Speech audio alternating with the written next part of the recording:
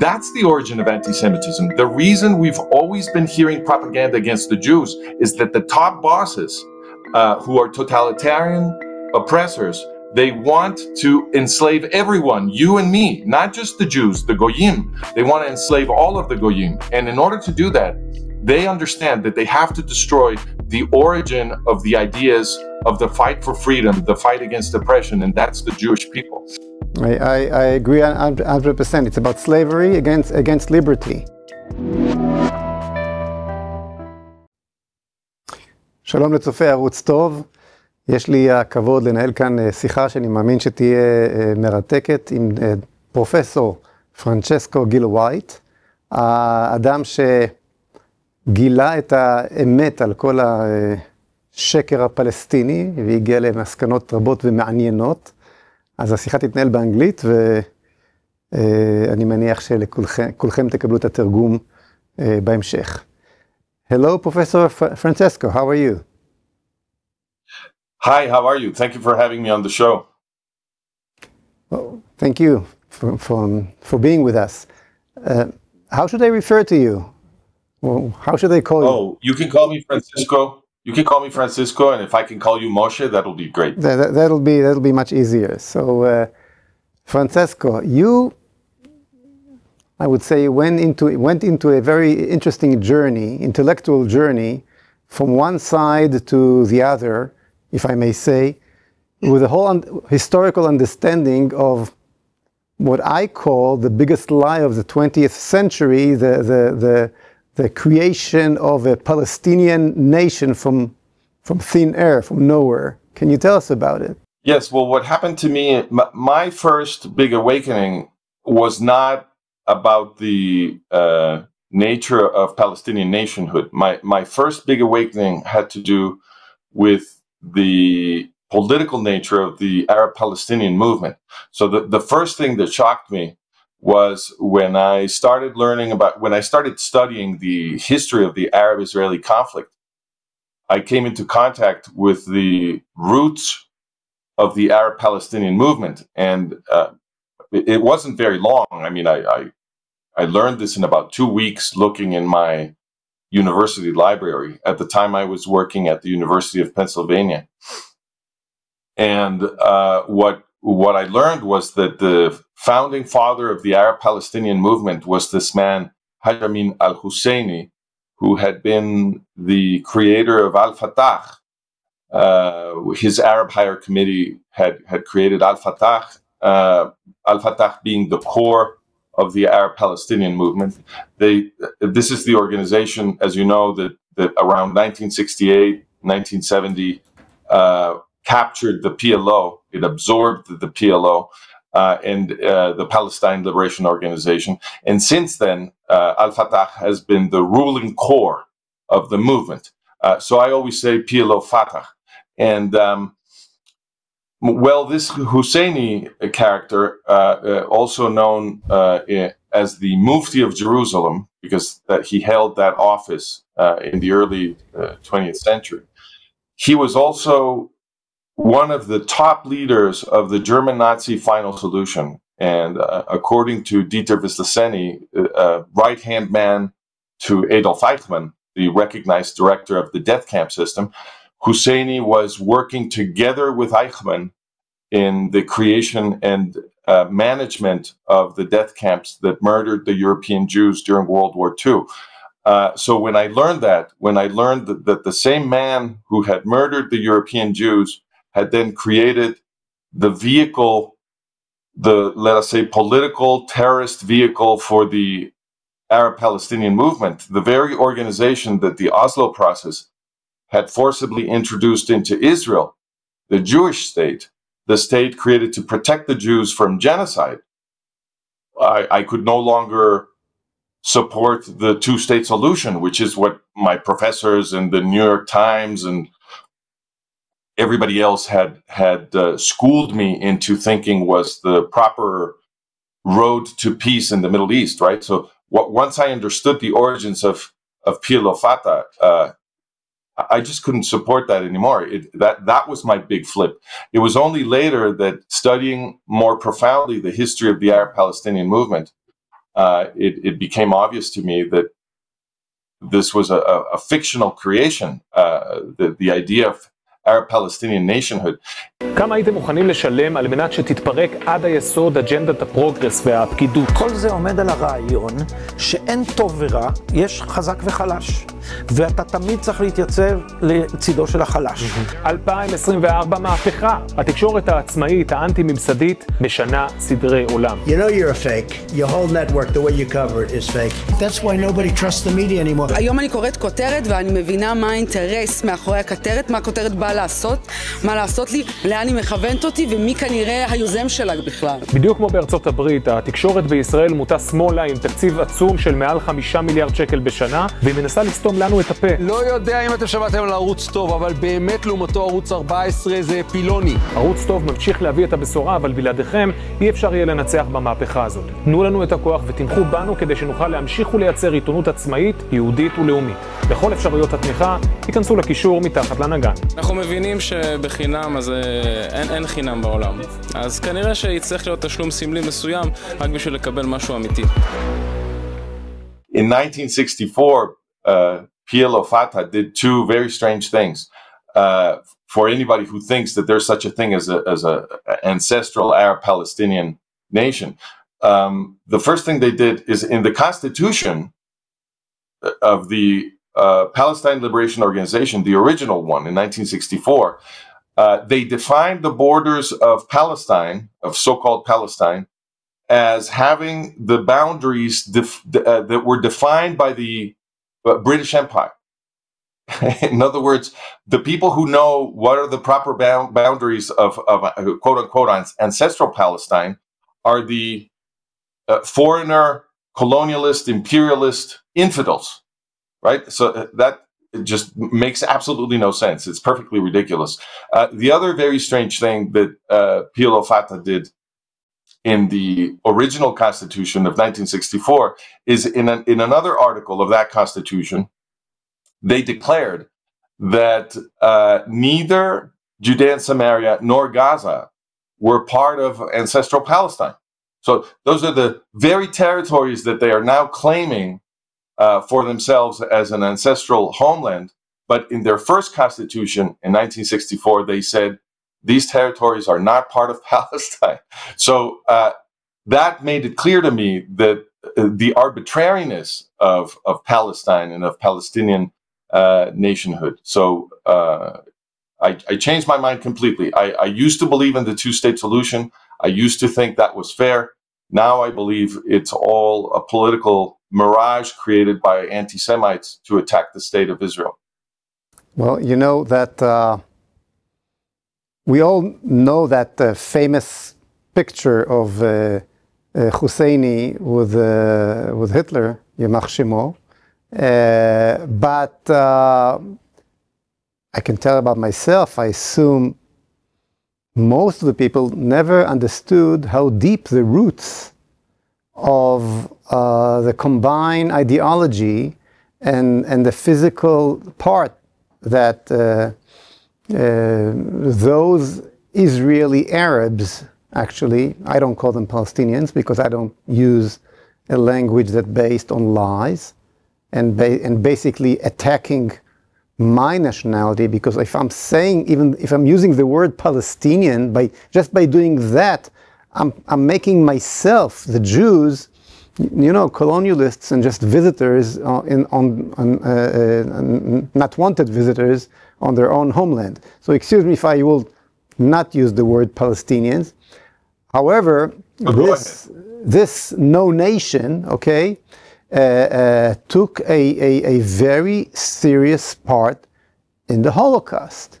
And when you're adding to that, planning it, I know, I don't know if you happen to know that as well, this same Husseini planned to build gas chambers in Emek Dotan in the north part of the Shomron in Israel.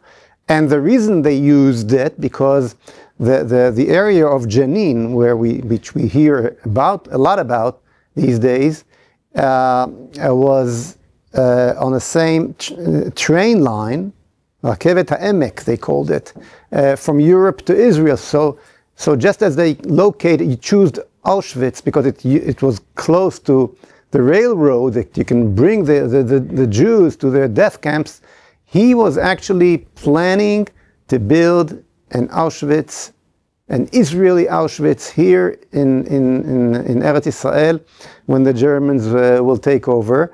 And he was part of planning the death camps and the whole death machine, the Nazi death machine in Europe as well. And he called on duty Eastern Europe Muslims, I think from Yugoslavia, to take part with the SS, and which they did. So people in Israel should know the deep connection between the PLO and those Israeli Arabs and the Nazis. So that's, of course, yes, is very important. In Yad Vashem, in Israel, in Yad Vashem, they will not show you that picture unless you demand to see it. And that is I'm very interesting to hear your thoughts, why they do it, why they trying to hide in Yad Vashem, in the state of Israel, that part of history. Well, I think there's only really one hypothesis here. The people who are running Israel are not defending Israel. So listen, this is not new. You know this.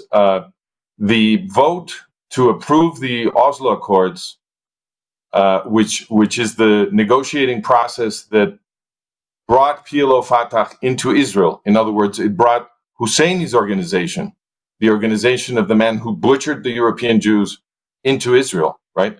That vote had a one-vote margin. So if one vote had been changed and gone the other way, the Oslo Accords would not have been approved. And therefore, keeping this information from the Israelis is one of the things that the people who are running Israel, the Israeli bosses, that's one of the things they do to make sure that the Oslo Accords and everything that came after the Oslo Accords stays on track, which means that they are collaborating with the enemies of the Jewish people. There's no other hypothesis that will explain it. Look, when one of the key intellectual founders of the Oslo agreements, of the Oslo process, his name was Ron Pundak, and he was asked in April 2014, a few weeks before he passed away, he was asked to explain how come he still holds from these agreements. After all, they brought bloodshed and wars, not peace. His answer was not less than amazing. He said, Oslo was not about peace. Oslo was about Israelism of the state of Israel instead of Judaism of the state of Israel. There is a deep conflict of identities, a deep clash between the two identities that the state of Israel was created and based on. One is the old traditional Jewish identity, the faithful identity that brought most of the Jews to Eretz Israel to begin with. The second is, let's create a new nation, a civilian nation where Arabs and Jews can be citizens of Israel as any other modern state. This clash, okay, those who hold of the second concept of identity, Israelism instead of Judaism, actually needs the Arabs. They cannot keep their new identity, imagined identity, without a partner, and therefore they have to somehow make peace with the neighbors, and show by that Oslo process that we are normal. It was about normalization of the Israeli society, of the people of Israel. So I don't think that there's some forces that took over our leadership, our leftist leadership, and trying to destroy Israel. It's an inner conflict between these two identities. And if we will show these pictures in Yad Vashem, you're right, that will be probably the end of the Oslo process that came into our life in order to normalize the unnormal identity of the Jewish nation. Moshe, I believe you are mistaken. My personal view is that story you just told me that these people defend as the reason they're doing this, that's a cover. Because even if you believe that Israel needs a non-Jewish Israeli identity where Arabs and Jews can sort of merge together in a common identity, even if you believe that, that is not a reason for bringing into the Jewish state, which is the state created to protect the Jewish people from genocide, the organization created by Haj Amin al-Husseini, who is one of the top leaders of the German Nazi genocide. And much less could it be a reason to bring them into militarily strategic territory of the Jewish state. Let me tell you something else. Pilo Fatah is not only descended from the German Nazi final solution. Pilo Fatah is the creator of jihadi Iran. So, and this was on the front page of the New York Times in 1979 when the Iranian jihadi revolution happened. Front page. They explained, the New York Times explained, and other newspapers did the same. They explained that Pilo Fatah, Yasser Arafat, and Mahmoud Abbas had armed and trained Ayatollah Khomeini's guerrillas in training camps in Lebanon in the 1970s, preparing them for the Iranian jihadi revolution. And when that revolution triumphed in Iran, Yasser Arafat, Mahmoud Abbas, and other members of Pilo Fatah leadership were invited to Tehran to celebrate with Khomeini the revolution, and they helped Khomeini create the terrorist institutions of the new jihadi Iranian state, which promises out loud that they're going to repeat the Shoah in Israel. You know, I definitely can understand why you cannot believe, why can't you agree with an explanation like that? Because it sounds so crazy, so crazy. Obviously, there is a, but what I assume you don't understand, you don't see, because you're not in Israel, you don't live here, okay? You don't understand, and I'm talking about a very small minority in the Israeli society, but very strong minority, okay? That if the state of Israel is going to be a real Jewish state that connected to its roots, to its Jewish roots, then they rather it will not exist at all. And the proof for that is not in Yad Vashem, but with what happened in the Israeli streets in 2023, when that exactly same small minority basically destroyed the army, opened the gates to the Hamas and the Hezbollah, convinced pilots not to go to the army, not to be there. So they, and they said openly, we see those outposts, settlers, as bigger enemies than the Hezbollah. Okay, I'm talking about top commanders in the Israeli army and in the Israeli Mossad. So yes, this self-hatred Jews are there, and yes, they are willing to take any kind of risk in order to keep the state of Israel a civilian state instead of a Jewish state. It's all about identity, Francesco. It's not about anything else, and it's much stronger than you think. Well, I agree that there are certain very problematic identity issues among modern Jews and among modern Israelis. I recognize that. But that doesn't really change the interpretation in my view. In other words, those identity issues are issues that your enemies exploit. Unfortunately, it seems like that identity is the strongest move. It moves people more than anything else. The question, who am I? How do I want my state to look like?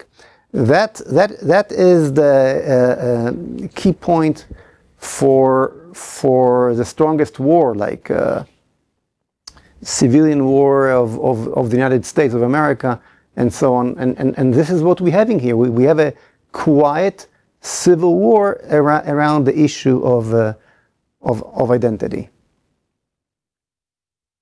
Yes, but I have hope that this identity issue can be resolved.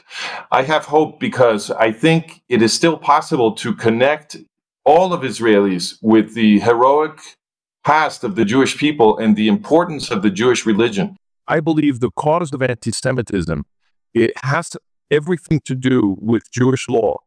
In other words, Jewish law was born in a slave revolt. That's the story of Exodus that everybody in Judeo-Christian civilization learns about.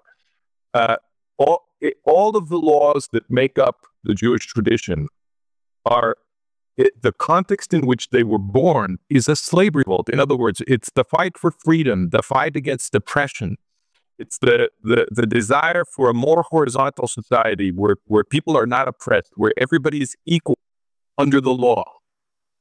That is the reason that Jews have been persecuted generation after generation, because the people who want to enslave everybody, just think about it today, the jihadis, the Nazis, you go back, you talk about the Russian boyars, you talk about the Catholic Inquisition, the ancient Roman aristocrats, the ancient Greco-Macedonian aristocrats, right? They were all totalitarian oppressors, and they were all interested in destroying Jewish people. Why?